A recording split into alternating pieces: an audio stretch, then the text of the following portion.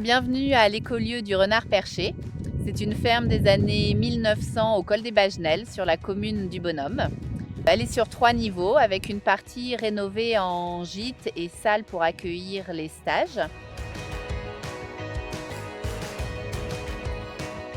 Alors on a décidé de faire un écolieu plutôt que des gîtes classiques parce qu'on voulait faire partie de la solution et pas du problème. On a eu beaucoup d'aides, c'est ça qui est agréable. Des aides financières grâce à l'ADEME et le Fonds Tourisme Durable.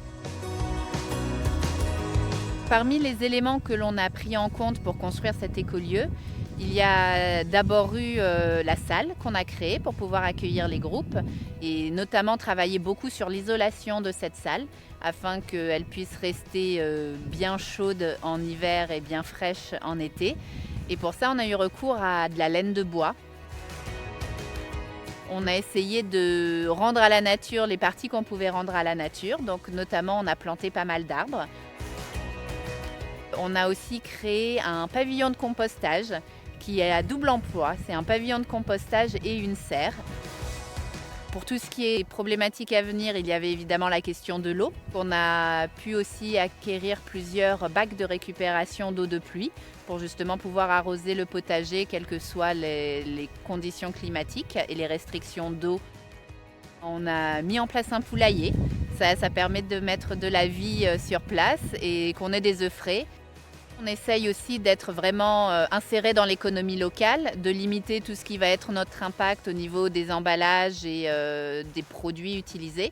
Et on essaye aussi d'avoir une démarche zéro déchet, c'est-à-dire qu'à la place de liquide vaisselle, ils vont avoir un savon de Marseille. À la place d'éponges jetables, ils vont avoir des éponges recyclées avec du tissu. On a aussi eu beaucoup d'aides locales. Et notamment, lorsque l'on a acheté les arbres, on a lancé un chantier participatif pour les planter. Et c'est vrai qu'on a eu beaucoup de gens de la vallée qui sont venus nous aider.